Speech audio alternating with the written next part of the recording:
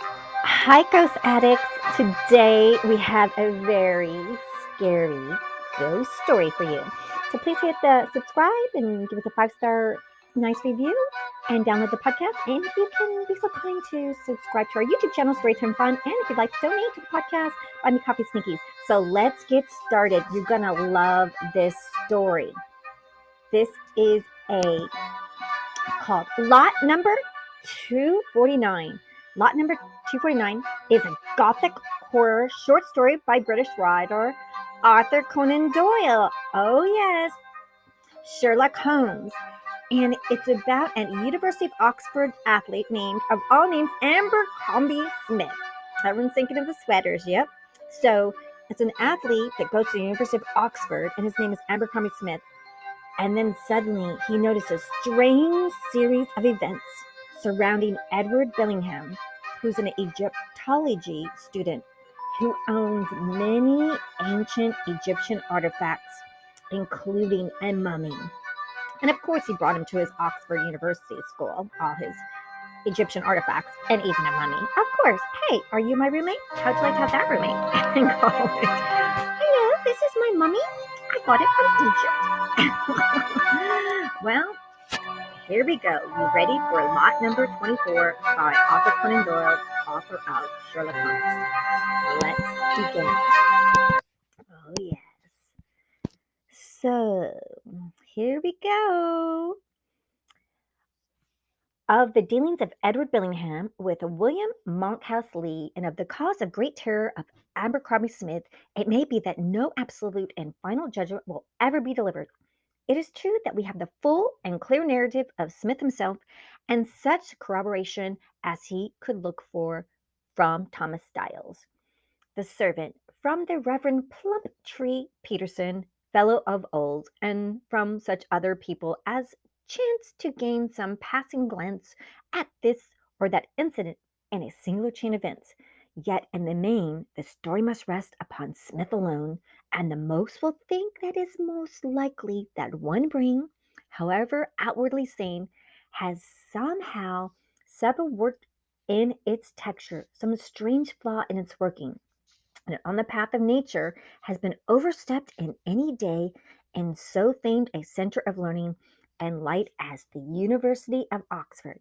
Yet when we think how narrow and how devious this path of nature is, how dimly we can trace it for all our lamps of science, and how from the darkness which grids it round great and terrible possibilities loom ever shadowedly upwards, it is a bold and confident man who will put a limit to this strange bypath into which the human spirit may wander. In a certain wing of what we call the old cottage in Oxford, there is a corner turret of an exceeding great age. The heavy arch which spans the open door has been downwards in the centre under the weight of its years, and the grey lichen blotched blocks of stones are bound and knitted together with the weaves and strands of ivy, as though the old mother has set herself to brace them up against the wind and weather. From the door, a stone stair curves upward spirally, passing 2 landings and terminating in a third one. Its steps all shapeless and hollowed by the thread of so many generations of the seekers after knowledge. Life has flowed like water down this winding stair, and water like has left these smooth, worn grooves behind it. From the long grown pedantic scholars of the Plantagenet days down to the young bloods of a latter day, how full and strong had been the tides of a young English life. And what was left now of all those hopes, those striving, those fiery energies, save here and there in some old world churchyard, a few scratches upon a stone, and perchance a handful of dust in a mouldering coffin. Oh! Yet here, with the silent stair and the old gray wall, with bend and cellar, and with many other hieroglyphic devices still to be read upon its surface, like grotesque shadows thrown back from the days that had passed. Then, in the month of May, in the year of 1884, 3 young men occupied the sets of the room which open up to the separate landings of the old stairs. Each set consisted simply of a sitting room and of a bedroom, while The two corresponding rooms upon the ground floor were used, the one as a coal cellar, and the other as a living room of the servant, or the Thomas Styles, whose duty it was to wait upon the three men above him.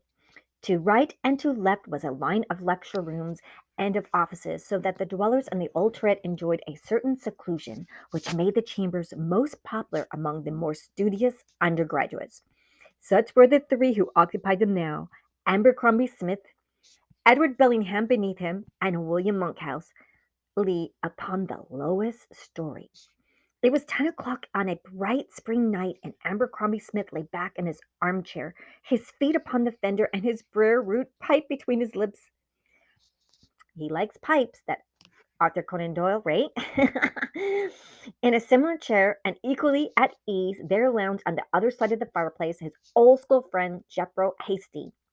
Both men were in flannels, for they had spent their whole evening upon the river, but apart from their dresses, no one could look at their hard cut, alert faces without seeing that they were open air men, men whose minds and tastes turned naturally to all that was manly and robust. Hasty, indeed, was stroke of his college boat, and Smith was even a better oar. But coming, but a coming examination had already cast its shadow over him and held him to his work, save it for the few hours a week which health demanded. A litter of medical books upon the table, with scattered bones, models, anatomical plates, pointed to the extent as well as the nature of his studies, while a couple of single sticks and a set of boxing gloves above the mantelpiece hinted at the means by which, with the Hasty's help, he might take his exercise in its most compressed and least distant form. They knew each other very well, so well they could sit now in this soothing silence, which is the very highest development of companionship. "Have some whiskey," said Abercrombie Smith, at last between two cloudbursts. "Scotch is in the jug and Irish in the bottle." "And thinks I'm in for the skulls. I don't liquor when I'm training. How about you?" "I'm reading hard. I think it's best to leave it alone." Hasty nodded, and they relapsed into a contented silence. "By the way, Smith," said Hasty presently, "have you made the acquaintance of either of the fellows on your stair yet?" "Just a nod when we pass, nothing more." I should be inclined to let it stand at that. I know something of them both. Not much, but as much as I want. I don't think I should take them to my bosom if I were you. Not that there's much amiss with Monkhouse Lee." "Meaning the thin one?" "Uh, Precisely. He's a gentlemanly little fellow. I don't think there's any vice in him. But then, you can't know him without knowing Bellingham." "Meaning the fat one?" "Yes, the fat one. And he's a man whom I, for one, would rather not know." Abercrombie Smith raised his eyebrows and glanced across at his companion. "What's up, then?" he asked. "Drinks? Cards? Cat? You used to not be so censorious." "Ah, you evidently don't know the man, or you wouldn't ask. There's something damnable about him, something reptilian. My gorge always rises at him. I should put him down as a man with secret vices, an evil liar. He's no fool, though. They say that he's one of the best men in his line that they have ever had at the college." "Medicine or classics?" "Eastern languages. He's a demon at them. Chillingworth met him somewhere above the second cataract last long, and he told me that he just prattled about to the Arabs as if he had been born and nursed and weaned among them. He talked about Coptics to the Copts, and Hebrews to the Jews, and Arabic to the Belgians, and they were all ready to kiss the hem of his frock coat. There are some old hermit Johnnies up there those parts, who sit on rocks and scowl and spit at the casual stranger. Well, when they saw this chap Bellingham, before he had said 5 words, they just lay down on their bellies and wriggled. Chillingworth said that they never saw anything like it. Bellingham seemed to take it as his right too, and strutted about among them and talked down to them like a Dutch uncle. Pretty good for an undergrad of Old's, wasn't it?" "Though that sort of thing doesn't mean much in the East, though. It was just their way of saying that they were surprised and pleased to find a foreigner who knew something of their history and language. But how do you come to know this fellow?" "Well, I come from Applesford, and so does young Monkhouse Lee. His father is a vicar there, and he has a sister, Evelyn Lee, who is a nice a little girl as you would wish to see. When Lee began to be chummy with the Bellinghams, he asked him down to stay at the vicarage, and I saw something in him. The mischief of it that he's managed to some ways get the better of little Evangeline, and now she's engaged to him. What can she see in that fellow? But it's my belief that there are many women, and Evangeline Lee is among them, who are so unselfish and so gentle and so frightened of giving pain that if their father's gardeners were to propose to them, they would accept them for their fear of hurting their feelings if they refuse. Well, I suppose they know their own business best, but if that makes a man grind his teeth, a dove and a toad, that's what I always think of. A dove and a toad. That's right. Ribbit, ribbit. Abercrombie Smith grinned and knocked his ashes about against the side of the grate with his pipe as he puffed some smoke. You show every card in your hand, old chap, he said.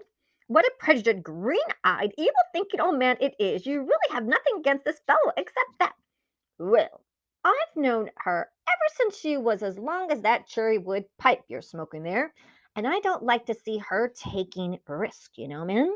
And it is a risk. He looks beastly, and he has a beastly temper, a venomous temper. You remember his row with Long Norton? No, you always forget that I'm a freshman. Ah, it was last winter, of course. Well, the towpath along by the river. There were several fellows going along it, Bellingham in front. When they came on an old market woman coming the other way, it had been raining. You know what those fields are like when it is rained, and the path ran between the river and a great puddle that was nearly as broad. Well, what does this swine do but to keep the path and push the old girl into the mud, where she and her marketings came into terrible grief. If it was a blackguard things to do, and Long Norton, who was as gentle as a fellow's ever stepped, I told him what he thought of it. One word led to another, and it ended in Norton laying his stick across the fellow's shoulder. Shocking. There was a deuce of a fuss about it, and it's a treat to see the way in which Bellingham looks at Norton when they meet now. By Jove, Smith, it's nearly 11 o'clock. No hurry, light your pipe again. Not I. I'm supposed to be in training. Here I am sitting, gossiping like an old woman when I ought to have been safely tucked up. I'll borrow your skull if I can spare it. William has mine for a month. I'll take the little bones of your ears too if you're sure you won't need them. Thanks very much. Never mind a bag. I can carry them very well under my arm. Good night, my son, and take my tips as to your neighbor. Oh. So when Hasty, bearing his anatomical plunder, had chattered off down the winding stairs, Abercrombie Smith hurled his pipe into the waste-paper basket and, drawing his chair nearer to the lamp, plunged into a formidable green-covered volume adorned with great colors of match of the strange internal kingdom of which are all of these common examinations, which would place him finally as a member of his profession. Oh, what a great book! With his firm mouth, broad forehead, and clear-cut, somewhat hard-featured face, he was a man who, if no brilliant talent, was yet to be so dogged, so patient, and so strong that he might end up overtop a more showy genius. A man who could hold his own among Scotchmen and North Germans is not a man to easily be set back. Smith had left a name at Gasclow and at Berlin, and he was now bent upon doing as much at Oxford if hard work and devotion could accomplish it. He sat reading for about an hour, and the hands of the noisy carriage clock upon the side table were rapidly closing together upon the 12, when a sudden sound fell upon the student's ear, a sharp, rather thrilling, shrill sound, like the hissing of a man's breath.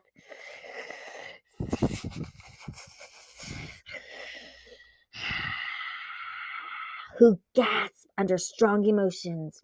Smith had laid down his book and slanted his ears to listen.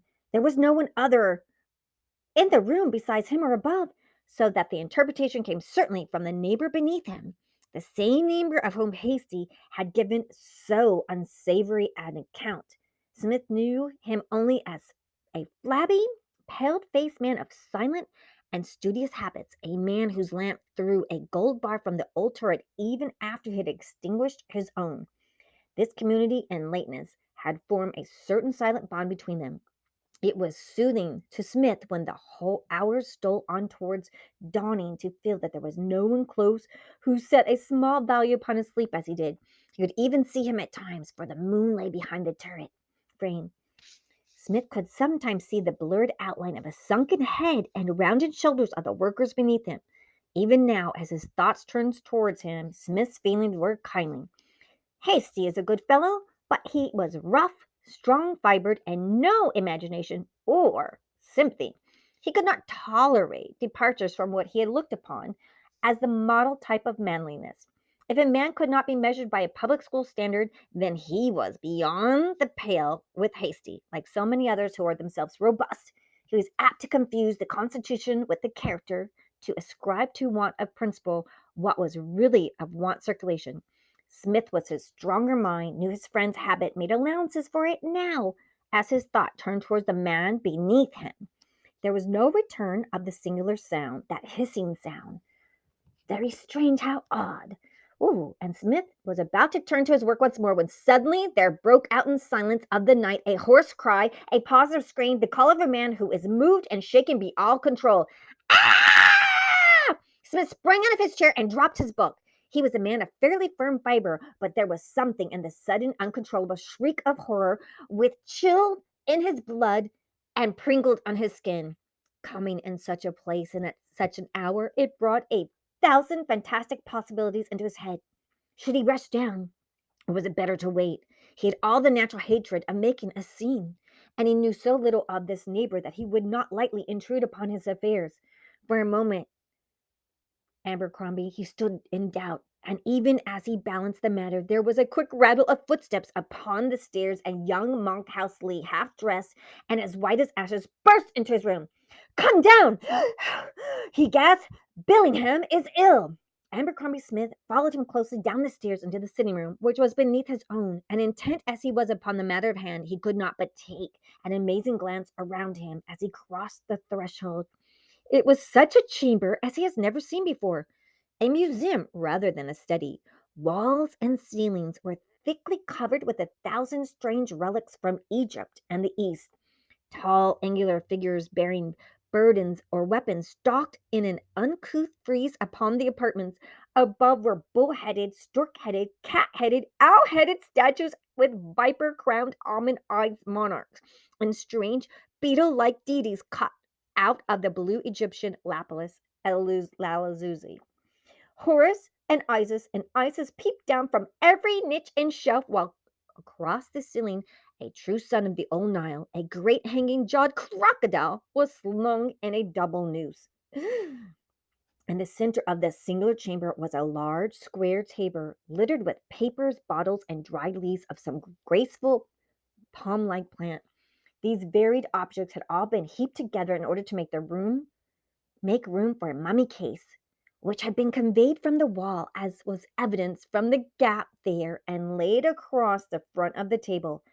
The mummy itself, a horrid black withered thing, like a charred head on a gnarled bush, was lying half out of the case, with its claw-like hand and bony form resting upon the table. Propped up against the sarcophagus was an old yellow scroll of papyrus paper, and in front of it, in a wooden armchair, sat the owner of the room, his head thrown back, his widely open eyes directed a horrified stare to the crocodile above him, and his blue thick lips puffing loudly with every expiration. "My God, he's dying!" cried Monkhouse Lee distractedly. He was a slim, handsome young fellow, olive-skinned and dark-eyed, of a Spanish rather than of an English type, with a Celtic intensity of manner which contrasted with the Saxon phlegm of Abercrombie Smith. "Only a faint, I think," said the medical student. "He just gave me a hand with him. You take his feet. Now on to the sofa. Can you kick all those little wooden devils off? What a litter it is! Now he will be all right if we can undo his collar and give him some water. What has he been up to all night?" "I don't know. I heard him cry out as I ran up. I know him pretty well, you know. It is very good of you to come down. His heart is like going on like a pair of castanets," said Smith, laying his hand on the breast of the unconscious man. "He seems to be frightened all to pieces. Chuck the water on him. What a face he's got on him. Oh, look at him. Something must have scared him out of his mind." It was indeed a strange and most repellent face, for color and outline were equally unnatural. It was white, not with the ordinary pallor of fear, but with an absolute bloodless white, like under the side of a soul. He was very fat, but gave the impression of having been at some time been considerably fatter, for his skin hung loosely in creases and folds, and was shot with a meshwork of wrinkles. Short, stubby brown hair bristled up from his scalp, with a pair of thick wrinkled ears protruding on either side. His light gray eyes were still open, the pupils dilated, and the balls projected in a fixed and horrid state. It seemed to Smith, as he looked down upon him, that he had never seen nature's danger signals fly so plainly upon a man's countenance, and his thoughts turned more seriously to the warning which Hasty had given him the hour before. Hasty did speak of this man, and this condition. But here I am, face to face with a man who's definitely seen something. I wonder what happened here. What the deuces have frightened him so? He asked. It's the mummy. The mummy? How then? I don't know. It's beastly and morbid. Just look at it. It's vile. I wish he would drop it. It's the second fright it has given me. It was the last winter I found him just like this with that horrid thing in front of him. I mean, who brings a mummy to college? What does he want with a mummy then? Oh, he's a crank, you know. It's his hobby. He knows more about these things than any man in England, but I wish he wouldn't. Ah, he's beginning to come to. A faint tinge of color began to steal back into Bellingham's ghastly cheeks, and his eyelids shivered like a sail after a calm. He clasped and unclasped his hands, and drew a long, thin, faint breath between his teeth, and suddenly jerking his head up, threw a glance recognition around him. And his eyes fell upon the money, and he sprang off the sofa and seized the roll of papyrus, thrust it into the drawer, turned the key, and then staggered back to the sofa. What's up? He asked. What do you chaps want? Why are you in my room? You've been shrieking about and making no end of a fuss, man, said Monkhouse Lee. If our neighbors here wouldn't have come down, I'm sure I don't know what I should have done with you. Yeah, it's Mr. Abercrombie Smith, said Bellingham, glanced up at him. How very good of you to come in. What a fool am I. Oh, my God, what a fool am I. He sunk his head down in his hands and burst into peal after peal of hysterical laughter. Look here, drop it, cried Smith, shaking him roughly by the shoulder, shaking him. Your nerves are all in a jangle. You must drop these little midnight games with mummies, or you'll be going off your chump. You're all on wires now. Just look at you laughing. Stop it. Snap out of it, man. Snap out of it. I wonder, said Bellingham, whether you'd be as cool as I am if you would have seen what? Seen what? Oh, nothing. I meant that I wonder if you could sit up at night with a mummy without trying your nerves.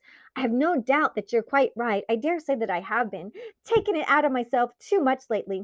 But I am all right now. Please don't go, though. Just wait a few minutes until I'm quiet myself. This room is very close, remarked Lee, throwing open the window and letting some cool air in. It's balsamic resin, said Bellingham. He lifted up the dried palmolive leaves from the table and frizzled over the chimney of the lamp. It broke away into a heavy smoke wreaths and pungent bitter odor filling the chamber. It's a sacred plant, the plant of priests, he remarked. Do you know anything of the Eastern languages, Smith? Nothing at all, not a word. The answer seemed to lift a weight from the Egyptologist's mind. By the way, he continued, how long was it from the time you came down until I came to my senses? How long was I lying there? Not long, some 4 to 5 minutes. Oh, I thought it could be not be very long, he said, drawing his long breath. But what a strange thing unconsciousness is. There is no measurement to it. I could not tell from my own sensations if it were seconds, weeks, months, or how long. So glad to know it was very short.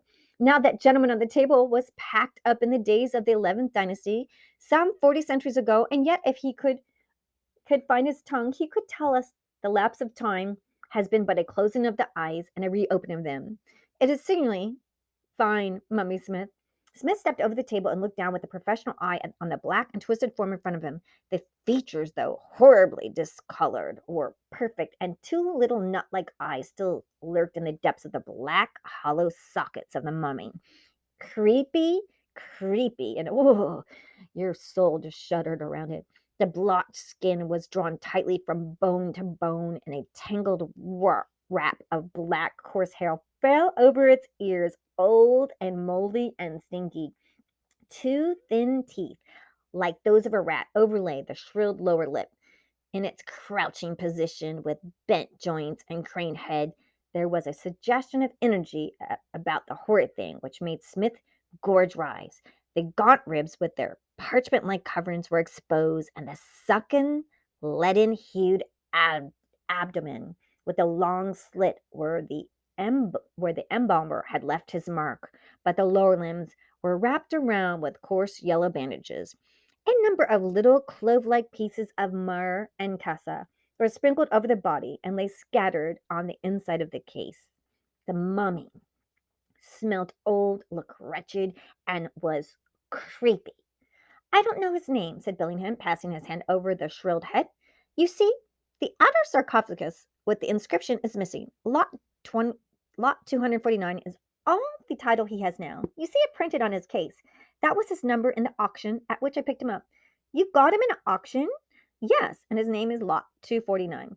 He's been a very pretty sort of fellow in his day. Remarkable, remarked Abercrombie. A pretty sort of fellow, you think? He had been a giant. His mummy is 6 feet 7 in length, and that would be a giant over there, for they were never a very robust race. Feel those great knotted bones, too. He would have been a nasty fellow to tackle. Perhaps these very hands helped to build the tombs of the pyramids, suggested Monkley, looking down in disgust in his eyes at the crooked, unclean talons. Ugh, this thing is dirty and filthy and smelly. No fear, this fellow has been pickled in natron and looked after the most approved style. They did not serve husband in their fashion. Salt or bootman was enough for them. It has been calculated that this sort of thing costs about £730 in our money. Our friend here was noble at least. What do you make of that small inscription near his feet, Mr. Smith? I told you that I know no Eastern tongue. It could be anything. Ah, so you did. It is the name of the embalmer. I take it. A very conscientious worker must have been. I wonder how many modern works will survive for 1,000 years. Oh gosh, yeah. So end of part 1 of Lot 249 by Sir Conan Doyle. Stay tuned for part 2. Thanks for listening.